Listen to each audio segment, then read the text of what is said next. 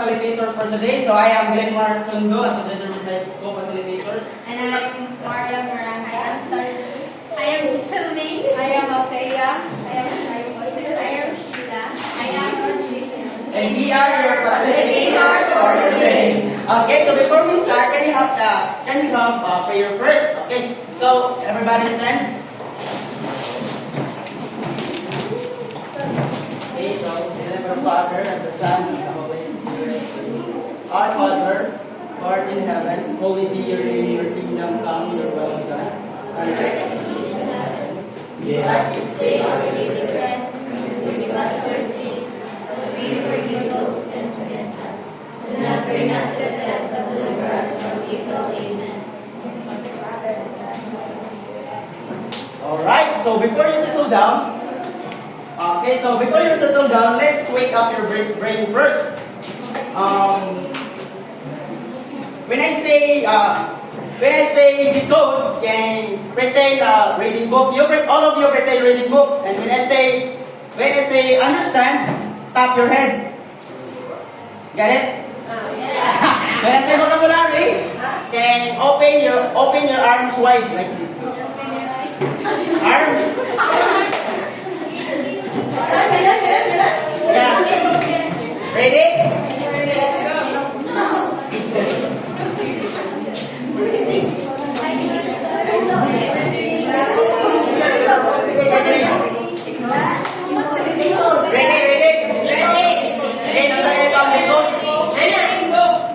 Pretend, reading,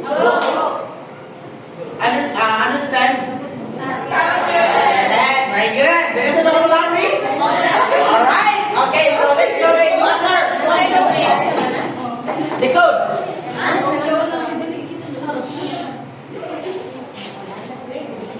Understand. Vocabulary. Vocabulary. Understand. Understand. Decode. Okay, so proceed.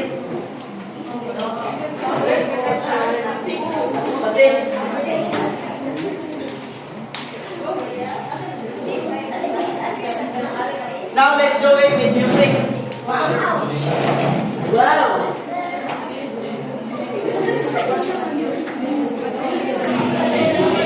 One, decode.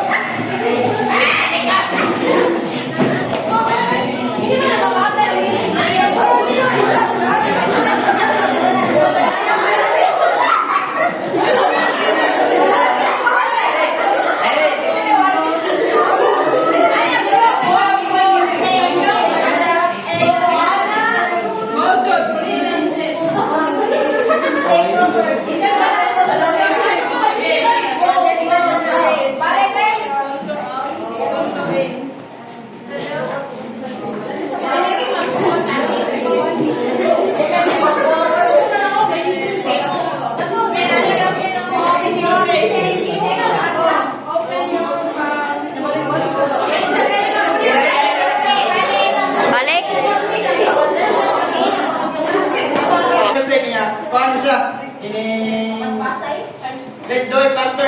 Kasi masayok kay life is. Please, kay one.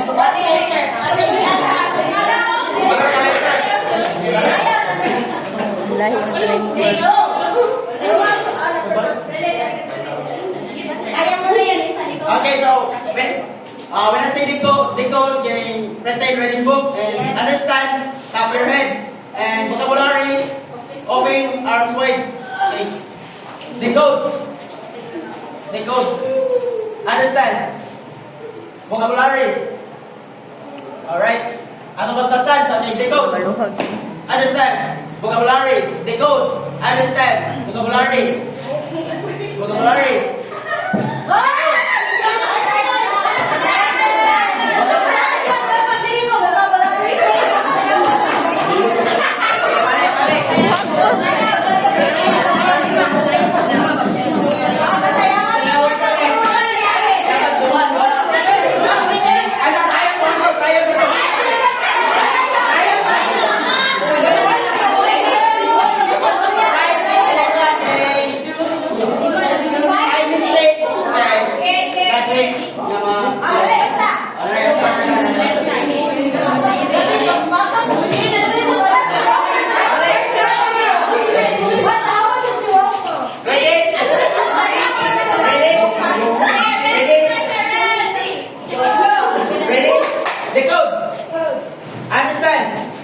vocabulary, decode, understand, vocabulary, decode, understand, vocabulary.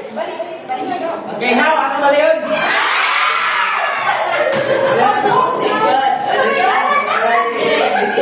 No. When I say decode, okay, I decode and one. Open arms. Vocabulary, top your head. Understand.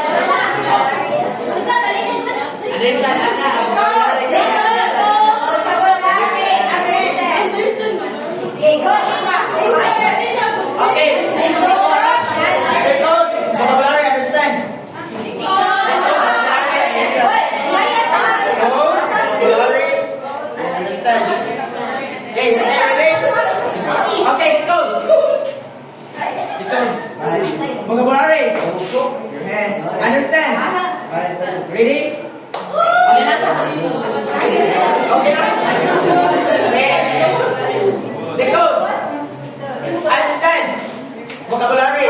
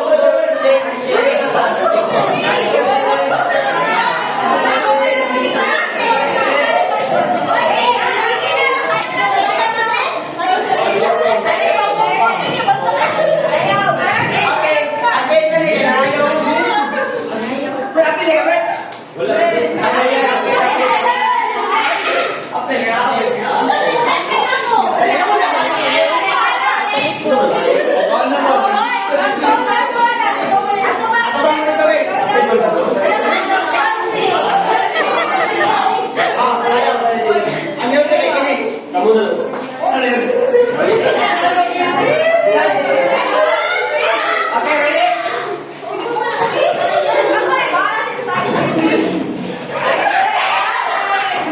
Dali.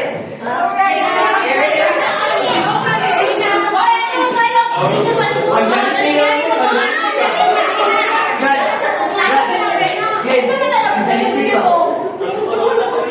You ready na? Dali na, dali na.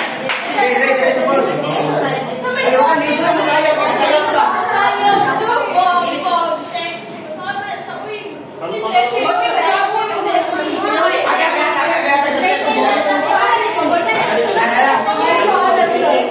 Boom, boom, shake, shake, attack.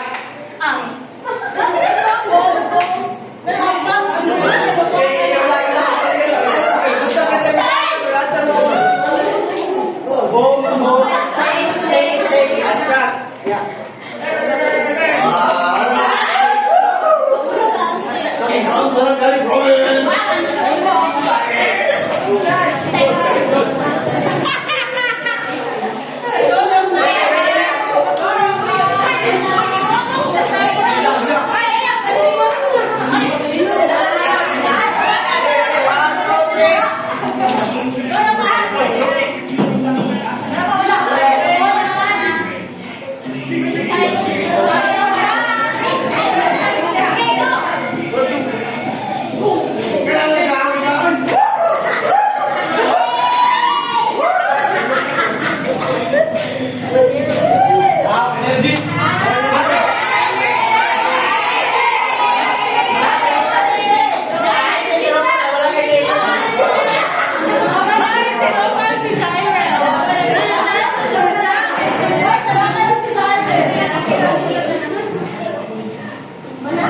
Yes, so without vocabulary, there is no understanding. Okay, see what your problem. So mag-get a sense for nature emerge from the depths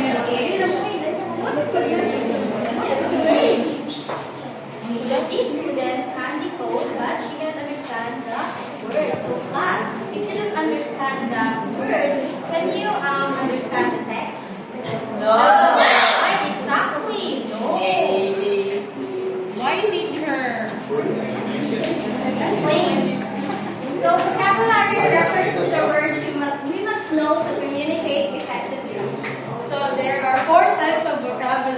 The first one is the listening vocabulary. So can you repeat after me? Listening vocabulary. Listening vocabulary. Speaking vocabulary. Speaking vocabulary.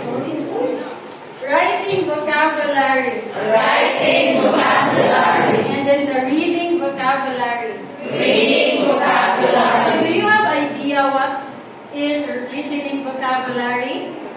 Who wants to answer? Teacher. Okay, Amanda. Ang teacher, kanagaraw, madungog ni mo nga word. Ganun, gamit din mo ang ears and Okay, very good. So listening vocabulary is words you understand when you hear them. So do you understand? Yes. Okay, very good. So the next one is the speaking vocabulary. So do you have any idea what is speaking vocabulary? So what's the answer? So wala. So speaking vocabulary is a word we use when we talk. So what is speaking vocabulary again? Very good. So the next one is the reading vocabulary. So reading vocabulary is words we understand when we read them. So what is reading vocabulary? Words we understand when we read. Very good. And the last one is the writing vocabulary.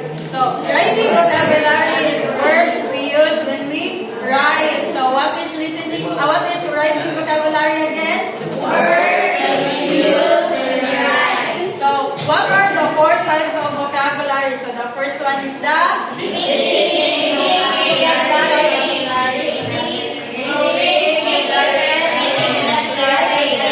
okay, very good. So the first one is the listening. So yung pagkabata na to, di ba, maminaw pa man ta? So the next one is very good. So nakapaminaw man ta. So kaibaw na ta mga words. So kaibaw na ta mo. Very good. So kaibaw na ta mo speak. So the third is the reading. So kamaw na ta mo basa.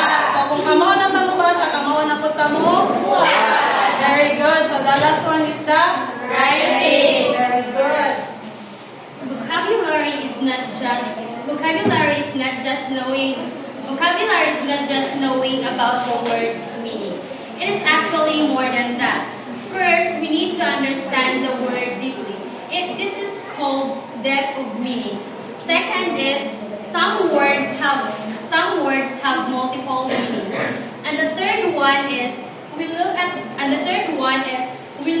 the parts of the word. Like for example, we look at the prefix, root word, and suffix. And lastly, we look at the context. Context means we need to understand the words. We need to understand the words based on how it is used in the sentence. And now let's try one example. What does the word watch mean? Anyone? Watch? Yes. Search. I don't know. Okay, very good. Another. Okay, Lane. Alright. Watch can mean like we watch something like I watch TV, and it can also mean something we wear to. It can also mean something we wear to tell time. Yeah. So we know that some words have more than one meaning. That is why learning vocabulary is very important.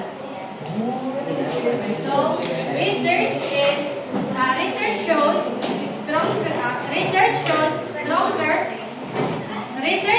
vocabulary is one of the stronger predictors of comprehension. So students must know 90 to 95% of words in a text to understand it independently. So if you are only understand half of the word, well, comprehension will be easy. No.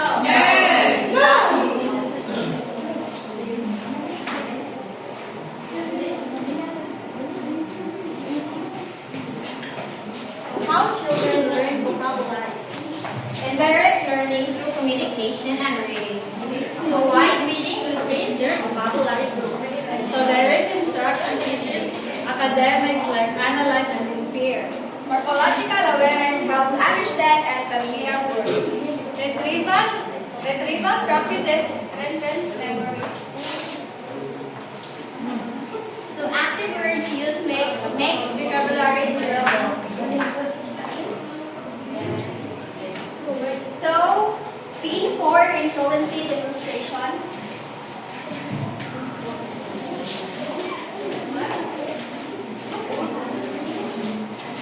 Okay, so for example,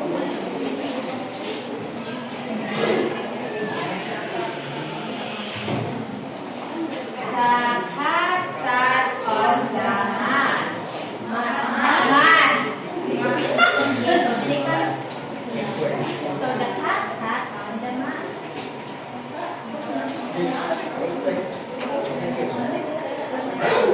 So the reading fluency includes accuracy, automaticity, and prosody. So fluency is the bridge between decoding and comprehension. So for you class, which is easier to understand? That's a side word, teacher. What's the question, teacher? So which is easier to understand?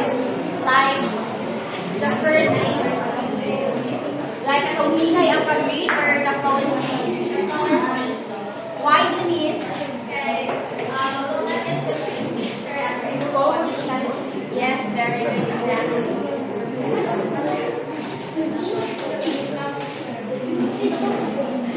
So if students cannot understand, if the student can understand but cannot decode.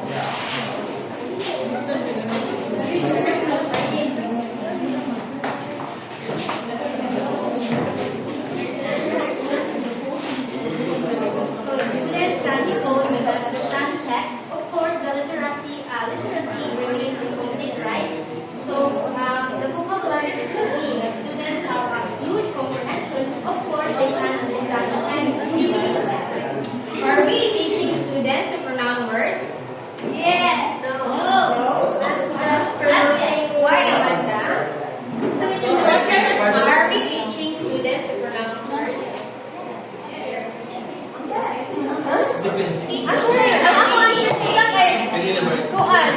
We're not just teaching students to pronounce words, but help them understand the words that they are pronouncing or reading.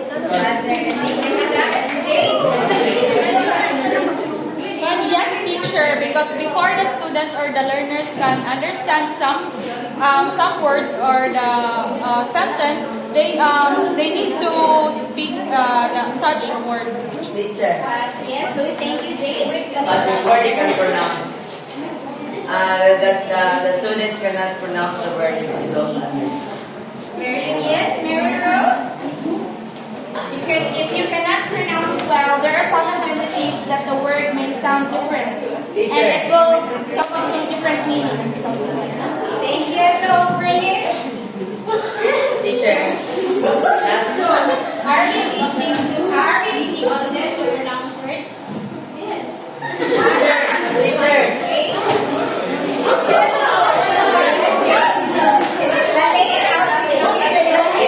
Because if you don't teach the students how to well pronounce the word, maybe it will be misinterpreted and maybe that student will be judged by others because knowing the fact that the students don't properly pronounce the word. Teacher. Practically speaking, during the Masha, are we teaching the students to pronounce the word? For me, yes. You need to teach them how to pronounce at the same time. Prior to that is, we need to explain what's the meaning of the word. Yes. Ano siya? You're teaching the meaning of the word. Justin.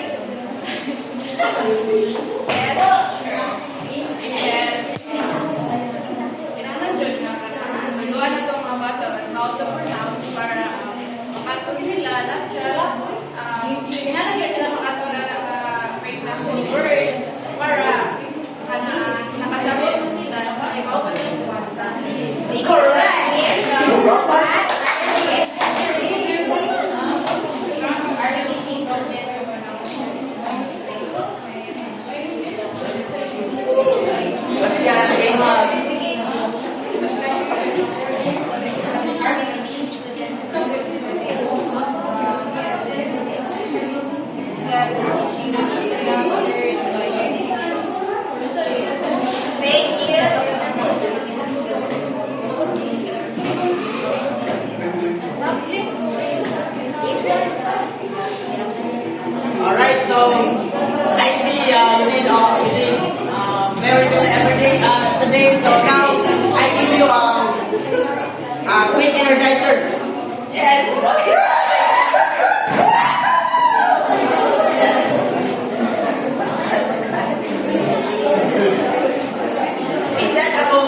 say again, teacher? Yes. Ulit natin, teacher.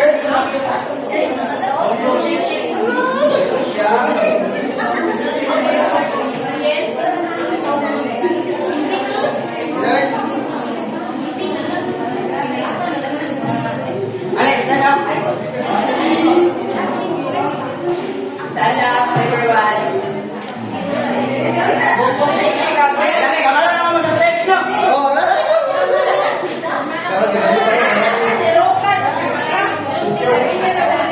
Okay, stand up. Adili na naman yung tayo. Makakanin mo. Participate na yung account, energizer, kaya naiba na.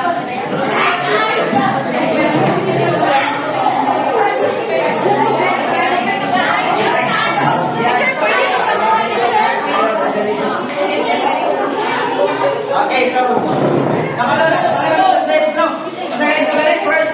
Boom, boom, shake, shake, that, ha? Kinali.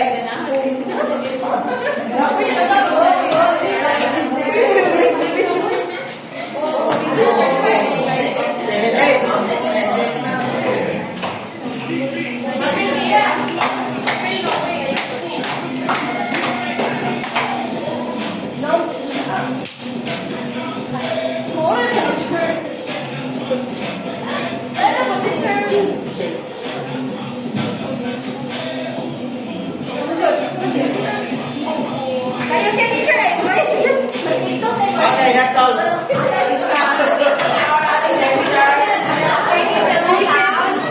So we were about our final topic. So we go Last, vocabulary. class background knowledge, class comprehension. So without if one piece is missing, so the puzzle is incomplete, of course. So we all need this three to achieve